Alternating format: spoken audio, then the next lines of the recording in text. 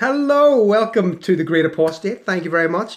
This afternoon, is an episode of the Great Agony Aunt. I hope you're all doing well.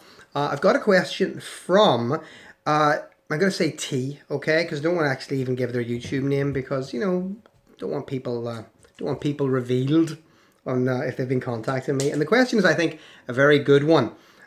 Different from the normal ones, but I think a good one nonetheless.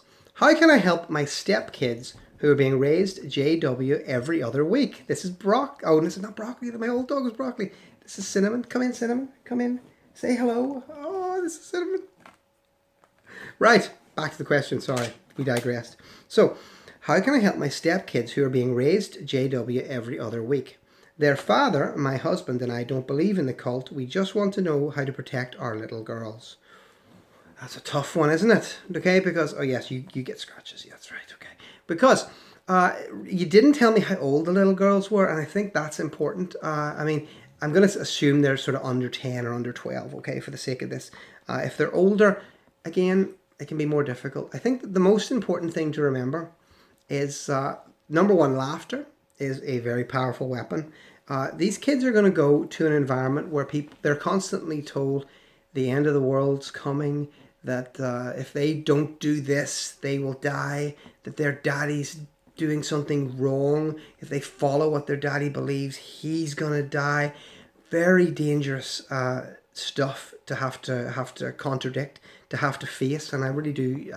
You have my sympathies, T, for putting up with that. As I say, the first thing I would do is, number one, I would laugh. Kids are born laughers. They want to make light of things. They want to enjoy humor. And I think if you can see the humor in the nonsense, like I try to do with my other videos, point them out some of the crazy stuff about Jehovah's Witnesses, about some of the crazy stuff of other religions. And, so when the kids come home fully indoctrinated that Jehovah's real and he's angry and he's going to send his angels to get you, God's going to get you, tell them, no, I'm sorry, I don't believe that. Whenever I tell my son stuff and he talks about religion from school, I say to him, no, I don't believe in that, Daniel. I believe that we all live on a flat earth, balanced on the back of a giant tortoise, which swims in an endless sea, because I'm a Sumerian. And he looks at me like I've gone two heads and I'm crazy. And then I point out to him that, these are the silly beliefs that other people had. And this is just a different silly belief and that you don't need to worry about it. So I think humour is number one. That's what I would do. Number two, keep the old lines of communication open. If they do come up with some crazy bullshit, don't shoot them down and say that's nonsense, even if it annoys you and wants to make you scream at them, because kids annoy you and make you want to scream at them at the best of time. Try not to when it comes to this. Just try to use humour and logic to make them see that this stuff is just not reasonable. This stuff is not normal. And also what I would say, and this is also I think very important, especially you said little girls, and that's great. I have a little girl as well. Keep their options open. Tell them about the things that they can do with their lives. Point them out. I'm not a feminist. This sort of new way of feminism, which seems to be very misandrist and hate men. I'm not like that, but I do, and I'm very, very keen for my daughter to know about the history of the women's rights movement and the women's suffrage movement, to know that when she gets the right to vote, that's going to be very important for her, and it's something that women died for, in this nation that I live in. So I think that's important. So wherever you live, I think that's my dog's just falling off the sofa.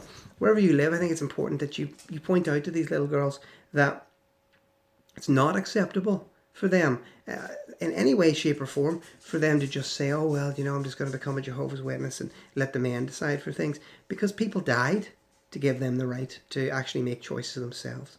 So I think that's some of the things that I would do. If you're a religious person, I suppose you could pray about it. I'm not religious, but I wish you the best with that. It's never worked for me, I'm afraid. I think humor, I think love, I think logic, and I think giving them a bit of pride in the fact that they don't need to be part of a cult which teaches lies and oppresses ladies. I think those are all very powerful things. And as well as that, because I have spoken to a lot of people whose relatives have gone on real benders with the Jehovah's Witnesses. And I think it's important that you also document things, so that if you do find things are getting, a little bit beyond your ability to deal with, that, and you do, if there is a point when you need to speak to social services, maybe even courts, to say, listen, I really don't think this is in the child's best interest, that you have it documented thoroughly, so that they know exactly what's been going on and how long it's been going on for. Well, I hope you've enjoyed that. I hope you can hear me over my hoarse voice, because this Christmas period has been bad for the Gardner clan. I hope it's been good for you, and I hope you get something out of this message, and it works for you. Thank you very much. Everyone have a brilliant 2017. Thank you very much for watching. Like and subscribe if you like and subscribe.